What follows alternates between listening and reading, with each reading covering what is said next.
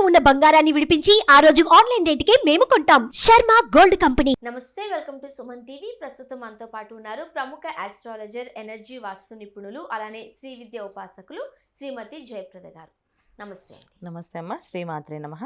జయప్రద గారు, ఉత్తరా నక్షత్రంలో పుట్టిన వాళ్ళు ఎలా ఉండే అవకాశం ఉంటుంది? వారికి చక్కటి పరిష్కార మార్గాలను మన సుమన్ టీవీ ప్రేక్షకులకు అందిస్తారా? ఎందుకంటే వివిధ నక్షత్రాల గలవారు ఎలా ఉండే అవకాశం ఉంటుంది, అలానే ప్రతి ఒక్కరికి చక్కటి పరిష్కార మార్గాలు మీరు అందిస్తూనే ఉన్నారు. సో మనం చాలా కమెంట్స్లో చూస్తున్నాం, మా నక్షత్రం గురించి ఎప్పుడు తెలియజేస్తారండి, మాది ఉత్తరా అని అడుగుతున్నారు. కాబట్టి తప్పకుండా ఈ వీడియో వాళ్ళ కోసం చేద్దాం. తప్పకుండా. సో ఉత్తరా నక్షత్రంలో ఉన్న వాళ్ళు, పుట్టిన వాళ్ళు ఎలా ఉండే అవకాశం ఉంది? ఉత్తర నక్షత్రం అంటే ఉత్తర ఫాల్గుని నక్షత్రం అంటాం దీన్ని.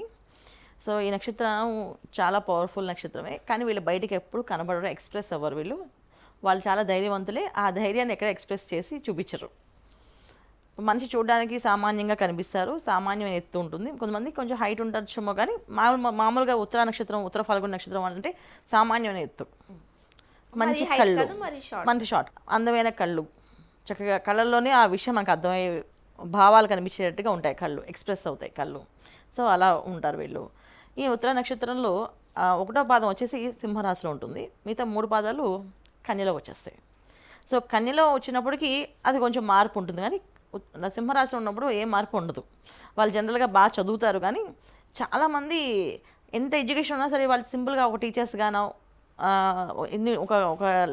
ఎన్ని డిగ్రీస్ ఉంటాయంటే అడిగితే వాళ్ళని ఒక 10-15 డిగ్రీలు ఉంటాయి, చదివేస్తూ ఉంటారు. అదేంటో చదువు అంటే ఇంట్రెస్ట్లా చదివేస్తూ ఉంటారు, కానీ చేసే వృత్తికి ఆ చదువు డిగ్రీస్కి వాడరు. సో ఇన్ని డిగ్రీస్ చేసి మళ్ళీ మీ టీచర్కి ఎందుకు చేస్తారంటే ఏమో అండి అది చేయాలనిపించింది చేస్తున్నా అని చెప్తాను. దానికి కూడా ఆన్సర్ చెప్పరు. మనసులో ఒక విషయం ఉంటుంది, వాళ్ళకి ఒక క్లారిటీ ఉంటుంది, కానీ ఆ క్లారిటీ మనకి ఇవ్వరు. వాళ్ళ క్లారిటీ వాళ్ళకు ఉంటుంది, కానీ బయట వాళ్ళకి క్లారిటీ ఇవ్వరు. సో వాళ్ళ ఫ్యామిలీని ఎక్కువ ప్రేమిస్తారు, ఫ్యామిలీతో ఎక్కువ గడపాలనుకుంటారు. అందువల్ల అలా ఉంటుందేమో నేను అనుకుంటా. అలా నేను అనుకుంటున్నా. వీళ్ళకి ఫ్యామిలీని ఎక్కువ ఇష్టపడతారు కనుక, ఫ్యామిలీతో ఉండాలనుకుంటారు కనుక వాళ్ళు అలా వదిలి వెళ్ళడం ఇష్టం లేక అలాగే కంఫర్ట్గా ఉండే జాబ్స్ వెతుక్కోవడం చేయడం చేస్తారేమో అనుకుంటాం.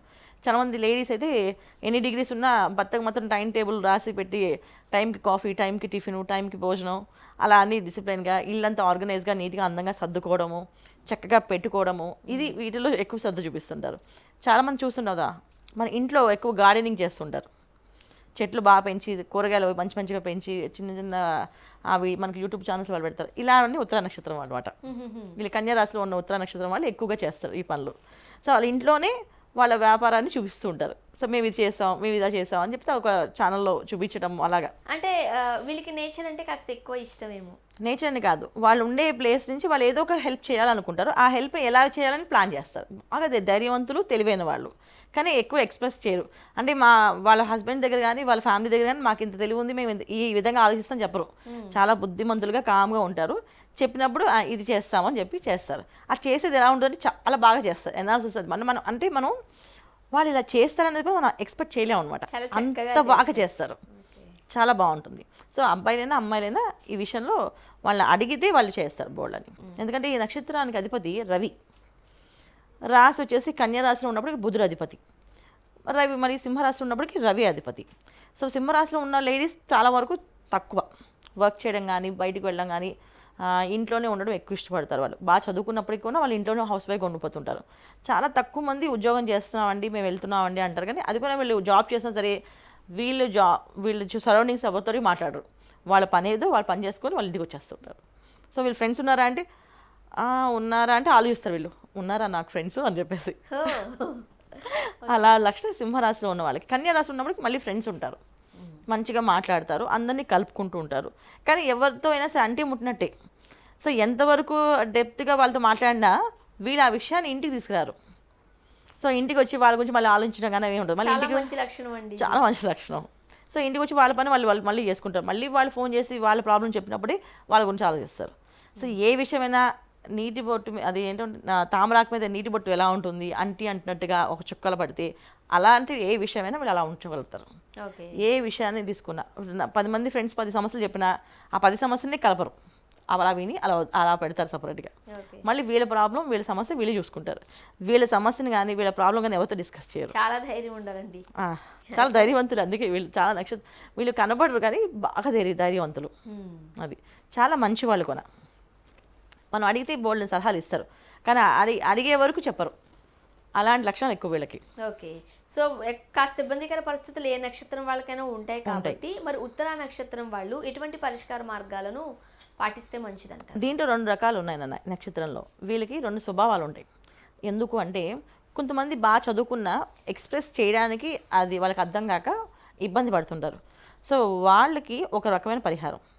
కొంతమంది ఇంట్లో అన్ని విషయాలు తెలిసినప్పటికీ కూడా మాకేం తెలియదు అన్నట్టు ఉంటారు, వాళ్ళకి ఒక పరిహారం. సో అన్నీ తెలుసుకొని వాళ్ళు మైండ్లో పెట్టుకొని టెన్షన్స్ పడి ఆరోగ్య సమస్యలు వస్తాయి వీళ్ళకి. ఎక్కువ వీళ్ళకి ఆరోగ్య సమస్య ఏమొస్తుందంటే వెన్నుకు సంబంధించిన సమస్య, గుండెకు సంబంధించిన సమస్యలు వస్తాయి. సో ఈ సమస్యల నుంచి బయటపడాలి అంటే వీళ్ళు ఆదిత్య హృదయం అయితే సూర్య నమస్కారాలు, సూర్య భగవాన్ ముందు నించొని నమస్కారాలు చేయడం కానీ, సూర్య నమస్కారాలు చేయడం కానీ, పొద్దున్నే నిద్ర లేచి సూర్య భగవానికి నమస్కారం చేసి ఒక చెంబుతో నీళ్లు పట్టుకొని సూర్య నమస్కారాన్ని ఓం సూర్యాయ నమః, ఓం రవాయ నమః అనే మంత్రాన్ని జపించి ఆ నీళ్ళని అక్కడ తులసి కోటలో పోసి దండం పెట్టుకోవడం వల్ల ఆరోగ్య సమస్య నుంచి బయటపడతారు. సో బయటికి వెళ్ళాలి, మేము జాబ్ చేయలేకపోతున్నాం, సెటిల్మెంట్ రావట్లేదు, చాలా ఇబ్బంది పడుతున్నాం అనేవాళ్ళు వీళ్ళు ప్రతి సోమవారం మహాన్యాస రుద్రాభిషేకం చేయించుకోవాలి. టెంపుల్లో చేస్తారు. అలా చేయించడం వల్ల వీళ్ళ దినదిన అభివృద్ధి ఉంటుంది. చాలామంది ఏంటంటే బాగుంటుంది వాళ్ళకి, కానీ ఆర్థికంగా వాళ్ళు పైకి రావాలని అనుకుంటారు వాళ్ళు, కానీ రాలేకపోతున్నారు. దానికి వీళ్ళకి ఎక్కువ రుద్రాభిషేకం బాగా హెల్ప్ చేస్తారు, చాలా బాగా హెల్ప్ అవుతుంది. సోమవారం రోజున వీళ్ళు ఆ రుద్రాభిషేకం చేయించుకోవడం వల్ల బాగా కలిసి వస్తుంది. ఓకే, సో మరి ఏ దేవుణ్ణి ఏ దేవతను వీళ్ళు ఆరాధిస్తే మంచిదని చెప్తారు? ప్రతిరోజు ఆరాధించాలంటే ఏం చేయాలి? సూర్య భగవానుడు, తర్వాత పరమేశ్వరుడు. సో అందుకే ఆర్థికంగా ఇబ్బందులు ఉన్నా, మేము పైకి రావాలి, సెటిల్ అవ్వాలనుకునే వాళ్ళు ఎక్కువ ప్రతి సోమవారం అభిషేకం చేయించుకోవడం. లేదు మేము బాగున్నాం, ఆరోగ్య సమస్యలు ఉన్నాయి, ఆరోగ్య సమస్యల నుంచి బయటపడాలనుకుంటే సూర్య నమస్కారాలు చేయడం. ఇవి చేయడం వల్ల వీళ్ళకి మంచిగా కలిసి వస్తుంది. సాధారణంగా చాలా మంది క్షేత్ర దర్శనాలను ఇష్టపడుతూ ఉంటారు, అంటే దేవుడి దగ్గరికి వెళ్ళొస్తే మంచిది అన్నట్టు. మరి ముఖ్యంగా ఉత్తరా నక్షత్రం వాళ్ళు ఏ క్షేత్రాన్ని దర్శించుకుంటే మంచి ఫలితాలు వస్తాయి? చాలా మంచి ఫలితాలు వీళ్ళకి. శ్రీకూర్మం అని ఉంది అన్న, శ్రీకూర్మ దేవాలయం అని వైజాగ్ దగ్గర ఉంటుంది. తర్వాత సూర్య భగవాన్ది అరసవెల్లి, 2 పక్కనే ఉంటాయి. శ్రీకూర్మం అరసవెల్లి ఒకేసారి వెళ్ళొచ్చు వీళ్ళు. సూర్యనారాయణ నమస్కారం చేసుకొని శ్రీకూర్మం వెళ్ళి అక్కడ నిద్ర చేసి దండం పెట్టుకుని రావడం వల్ల వీళ్ళకి చాలా విషయాల నుంచి క్లారిటీ వస్తుంది. చాలా వీళ్ళు తెలివైన వాళ్ళు, ఏ పని చేయాలి, ఎలా చేయాలి, ఎందుకు చేయాలి అని ప్రతిదీ ఆలోచిస్తూ ఉంటారు. సో వీళ్ళు అక్కడికి వెళ్ళడం, నిద్ర చేయడం వల్ల వీళ్ళకి చాలా విషయాలు క్లారిటీ వచ్చి ముందుకు వెళ్ళే అవకాశం ఎక్కువ ఉంటుంది. ప్రతిసారి క్షేత్ర దర్శనం అంటే వీళ్ళు శ్రీకూర్మం వెళ్ళి దర్శనం చేసుకోవడం చాలా మంచిది. సాధారణంగా మీరు చక్కటి పరిష్కార మార్గాలు కూడా అందిస్తూ ఉంటారు కదా, ఈరోజు ఇవి దానం చేస్తే మంచిది, ఇవి ఇలా చేస్తే మంచిది అని. సో వీళ్ళకి ఒక క్లారిటీ ఇంపార్టెంట్. అవును, తెలివైన వాళ్ళే ధైర్యవంతులే, బట్ చిన్న చిన్న ఇబ్బందికర పరిస్థితులు ఉన్నాయి కాబట్టి అటువంటి చక్కటి పనులు ఏం చేస్తే మంచిది అంటారు? వీళ్ళు ఆదివారం పూట గోధుమలు నానబెట్టి గోమాతకి తినిపిస్తే కూడా మంచి ఫలితాలు ఉంటాయి. సో గోమాతకి పెట్టడం వల్ల గోధుమలు నానబెట్టి బాగా నానబెట్టాలి. గోధుమల్ని ముందు రోజు రాత్రి నానబెట్టి శనివారం రాత్రి నానబెట్టుకొని ఆదివారం పొద్దున్నే గోశాలకు వెళ్ళి ప్రదక్షిణ చేసి గోగు పెట్టడం, దాంట్లో బెల్లం కలిపి పెట్టడం, ఇంకా చాలా విశేషమైన ఫలితాలు వస్తాయి. ఓకే, అది చేయడం వల్ల చాలా మంచిది. అంటే వీళ్ళకి ఒక క్లారిటీ వస్తుంది, చేయాలన్న పనులు చేయగలుగుతారు. ఒకవేళ ఇబ్బంది ఉన్న పనులు కూడా వీళ్ళు నెరవేరుతాయి. గోమాత ప్రదక్షిణ చేస్తే మనం ముక్కోడి దేవతలకి ప్రదక్షిణ చేసినట్టు. సో మరి ఉత్తర నక్షత్రం గల వారికి లక్కీ నెంబర్ ఏంటి? ఏ రంగు కలిసి వస్తుంది? ఏ వారం అయితే వీళ్ళకి అన్ని శుభాలే జరుగుతాయి? తప్పకుండా వీళ్ళకి ఆదివారం లక్కీ వారం అవుతుంది. లక్కీ నెంబర్ వచ్చేసి 1వ నెంబర్ అవుతుంది lucky number. So lucky colour వచ్చేసి గోధుమ రంగు, గోల్డ్ కలర్, అది బాగా లక్కీ కలర్. తర్వాత వీళ్ళకి పింక్ అంటాను చూడండి, మన కెంపులో మాల వేసుకుంటాం మెళ్ళో, ఆ కలర్ డార్క్ పింక్, ఆ కలర్ వీళ్ళు బాగా కలిసి వస్తుంది, వేసుకోవచ్చు చక్కగా. సో ఉత్తరా నక్షత్రం గల వారి లక్షణాలు ఎలా ఉంటాయి అండ్ వాళ్ళు ఏ విధంగా ఉండే అవకాశం ఉంది? చక్కటి పరిష్కార మార్గాలు అందించారు, ధన్యవాదాలు. నమస్కారం అమ్మ, శ్రీమాత్రే నమః. సుమన్ టీవీలో మీ పర్సనల్ అండ్ బిజినెస్ ప్రమోషన్స్ కోసం కింది నెంబర్కి కాంటాక్ట్ చేయండి.